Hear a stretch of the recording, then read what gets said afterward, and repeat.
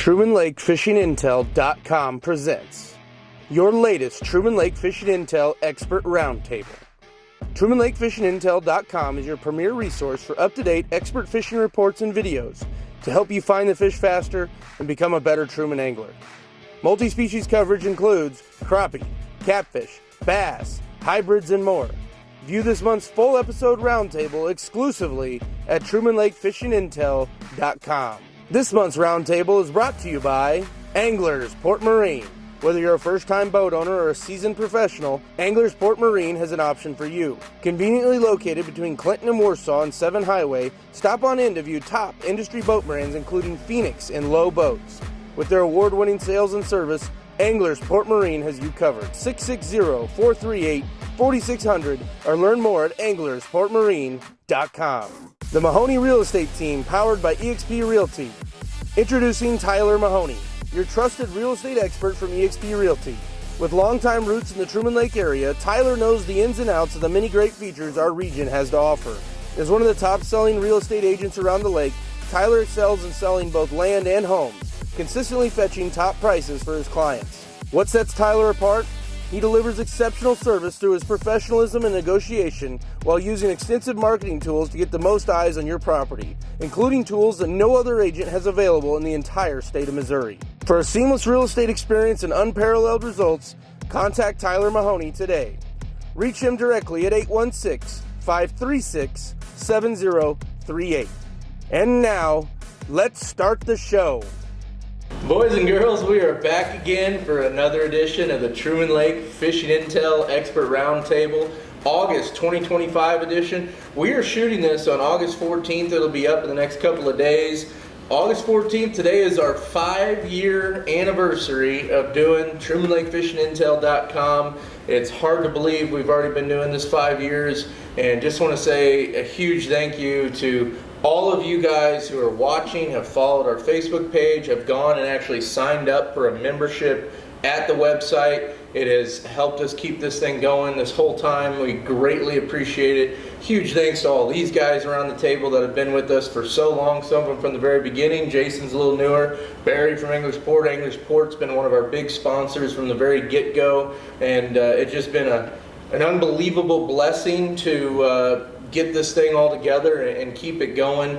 If you are just seeing this video for the first time and don't know a lot about Truman Lake Fishing Intel, it was kind of born with the idea of being a news fishing report website for Truman Lake.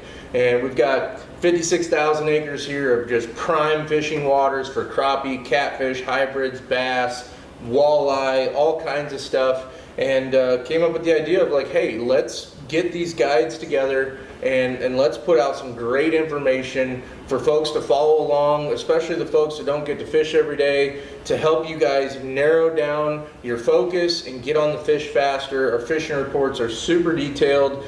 You can know exactly where these guys are fishing on the lake pretty well, almost within a couple mile range, the way we break it down on the fishing reports. We got a lot of tournament reports, countless videos. I believe we're over 2,400 fishing reports historically that you can go back and filter by month, by date, by species, and read everything and learn so much about the lake. We've got over 500 videos on the website as well, just loaded with information. It is the largest aggregation of Truman Lake Fishing Intel or Truman Lake fishing data in one place, and it's without all the BS. There's no forum, there's no comments. It's just straight to the point, great information, a lot of articles up there. And if you haven't tried it out, be sure to check it out at TrumanLakeFishingIntel.com/join for our 5-year anniversary. I'm probably going to be dropping a coupon code there on the sign-up page. So for all you new members and current members, be on the lookout for that because we're gonna do a pretty nice coupon code for everyone to celebrate the 5-year anniversary. So again, thank you guys. It's been a tremendous ride, and we're looking forward to the next 5 years. A lot of exciting things coming over the next 12 months, and we are in a new little shooting location today. It's not exactly what it's going to end up being, but we are out of the basement and into the new recording studio, and it's going to get a little bit better. So we're excited about that, and I'm excited to have all these guys with me tonight. I've got Barry from Anglers Port Marine, Jason Smith from Smith's Fishing Adventures, Darren Langford, bass fishing extraordinaire, and he is going to be sharing some stuff. Minnesota fishing with us. He just got back from a week-long trip up there, and he's going to be sharing some knowledge on that. Crappie King Richard Bowling from Richard Bowling's Guide Service, and Jeff Falkenberry, Endless Season Guide Service. A great crew tonight, and super excited to get into the fishing. I want to say again a big thank you to Anglers Port Marine. They've been our title sponsor since the very beginning. Anglers Port is your go-to boat dealership for your Phoenix and low boats. They've got a huge selection, and not only new inventory but also used inventory. Their service department has been award-winning for several years in a row now. And Barry, I wanted to kind of get an update from you. We are nearing the end of the summer. What are some of the latest updates? How's turnaround time looking for folks that might want to get their boat in and get worked on? Maybe people are starting to think about winterization here before long. Right now we're right about a week out. Okay. Doing pretty good on Mercury's finally catching up on parts, so we don't have the wait time we did have. But yeah, winterization's coming up. We got still got a big supply of pontoons if somebody's looking for one. Got some previous year rebates, so there's some good deals to be had on the pontoon side of things. Let's see what else we got going on. You mentioned, so I know Anglers Port Marine is heavily involved in a couple of tournaments that are going to be coming up. The Fishing for Freedom. Yeah, that one's in October. That's you take a vet fishing. We're really looking for boaters for that. If anybody out there wants to get on the website, sign up. It's a fun tournament. I've done it now for 3 years. And actually, I've got the same boater or same fisherman now. We actually went out to Illinois this summer and fished that one. They're Fishing for Freedom. It's a pretty cool, we get to see all the vets, and they enjoy getting to go out, so that's been a lot of fun. And then and it's not, I mean, it is a tournament, but it seems to me like it's more about kind of getting them out on the water. I mean, and they got 3 divisions for it. So you got crappie, bass, or catfish, and you can catch all of them and weigh in for any of them. But it's no charge. It's just a fun one to go take a vet out. Yeah. How many boaters are you guys in need of? I know it's a pretty big event typically. This year they've already got 100 and I believe she told me 130 or 140 vets signed up, and they're at about 60 boaters. Wow. Okay. So there's some possibilities you may have to take 2, but most time we get enough signed up. It's a and you don't have to be a guide. You just a feller with a boat. That's all it has to be. Yeah. And it could be a pontoon. It could be whatever. There's some interesting people that show up. We've got several lady vets that show up, and they are an absolute. It is fun to talk to them. But yeah, it's a fun time. Yeah. It starts out the Friday night. We have a meet and greet at Anglers and serve food there. And then Saturday night they have another get together where they give away. They've got giveaways that they give to the vets and the boaters at Leesville School. And then Sunday we fish, and it normally goes out a long shoal, but they finally listened to me a little bit and said you can trailer wherever you want. So it's not so much fun. I'm gonna get to take them up the Grand this year. Yeah. And don't have to make that run. Yeah. Outstanding. Now, I thought you mentioned there was another tournament. Yeah, they've got PCAU has got they're putting on the Brian Sowers Legacy Tournament for his scholarship fund. That'll be the weekend after Labor Day. They've got it's a big fish tournament. So every 2 hours you can weigh in a fish. And then each segment's got a big fish and then an overall big fish. And then Sunday, they've got a kids fishing That one's free of charge. You just got to register it, but the kid has to catch the fish, and they're giving away scholarships. Okay. 5 scholarships, 3,000, 2,000, 1,000, Wow. and 5 and 5. And there's 2 different age groups, from I think it's 9 to 13 and 15 to 17, something like that. I'd have to look on the website again to make sure, but yeah. Yeah. Cool. That's outstanding. And so that's the PCAU. That's Professional Crappie Anglers United. Okay. And then the Fishing for Freedom, you said October. Do you remember the date off the top of your head? I don't right offhand. Okay. I'll look it up while we're talking some of the other ones and give you the date at the end of it. Okay. Well, I'm sure it'll be shared. And then another great tournament that's coming up here in September that I want to talk about is the Compass Health Fishing Tournament as well. Is that the 18th? Yeah, I believe it is. So the Compass Health Tournament, it's a bass and a crappie division. The 20th. 20th. Yep. Okay, the 20th on that one for the Compass Health Tournament. And it goes directly to benefit the Compass Health Dental Department, which is cool for us.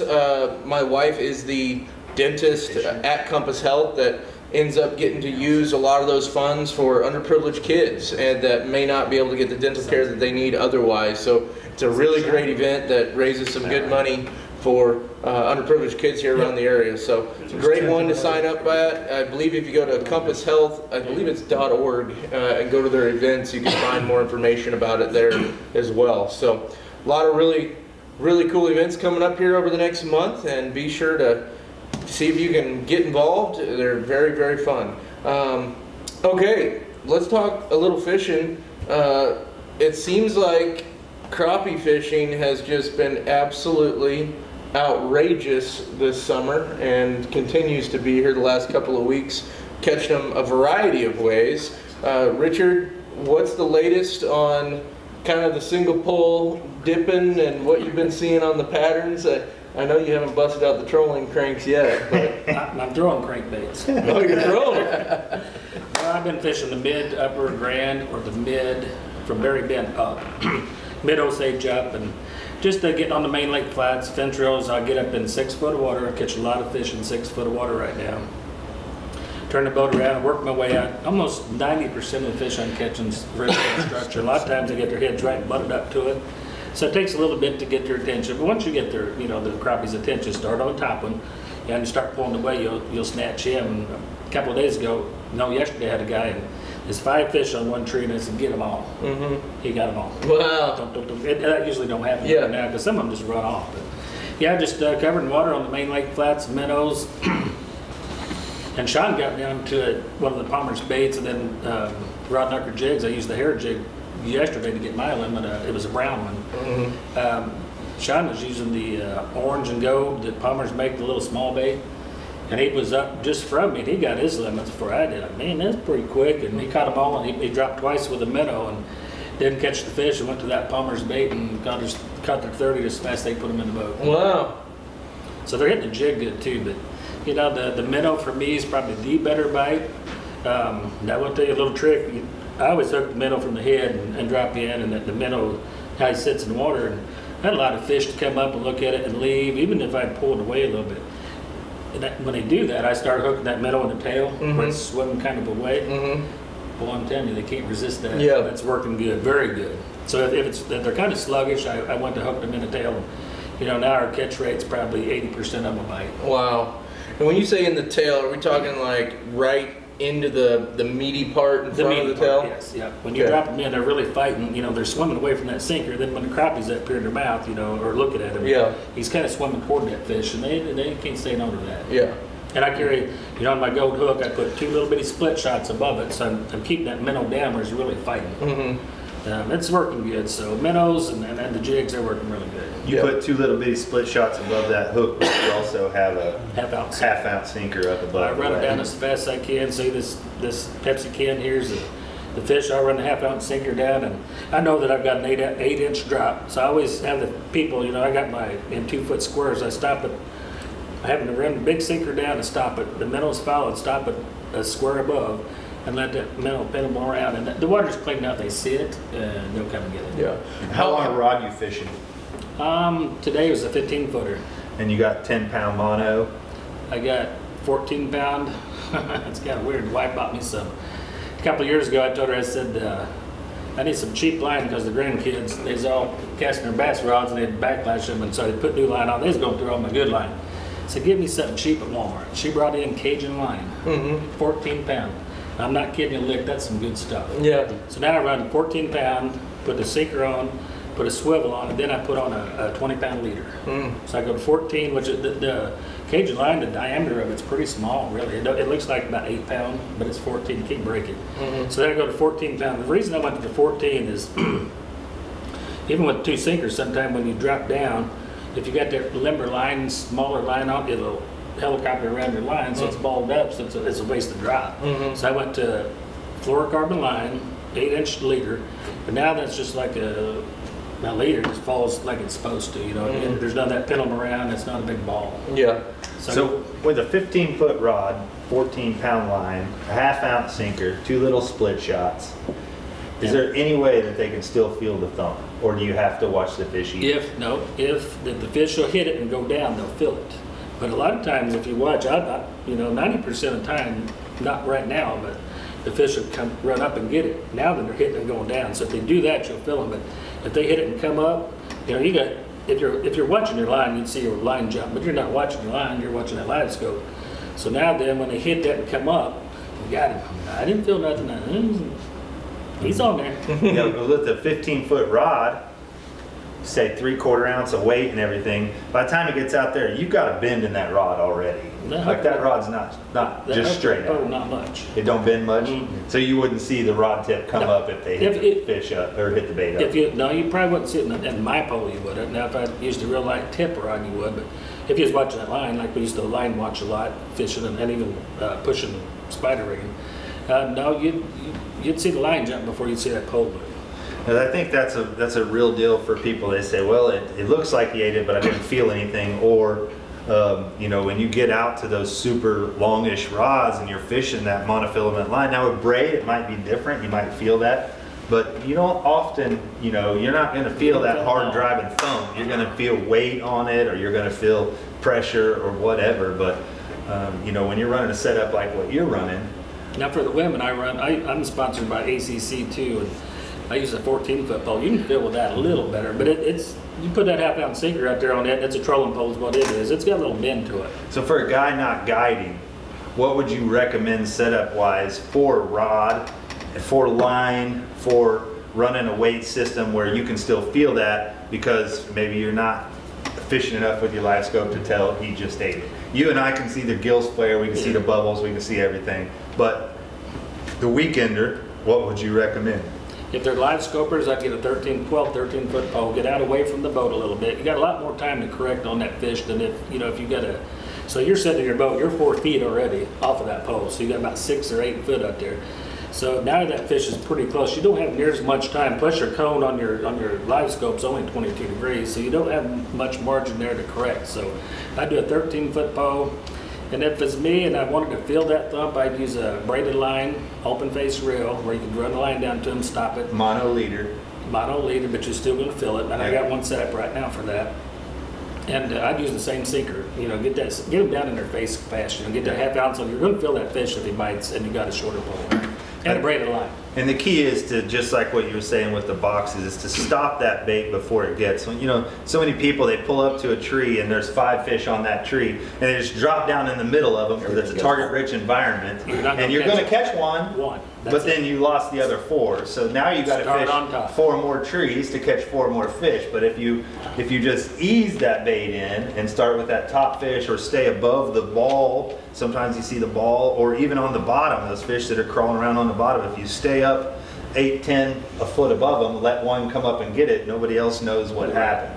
Yeah, I try to teach my clients, if you can get in a fish's face or crappie's face as fast as you can, you're going to catch it. But it's got to be the bait, not the sinker. It's got to be because the bait's not as easy to see as that half-ounce sinker. Well, that sinker's leading the way though. Stop that sinker and let the bait pin them around. And once that they can listen to me, and I talk fast, and sometimes it sounds like I'm mad at them, but I'm trying to hurry them up and teach them. And today I taught him, well, I had hard button, and he done pretty good too.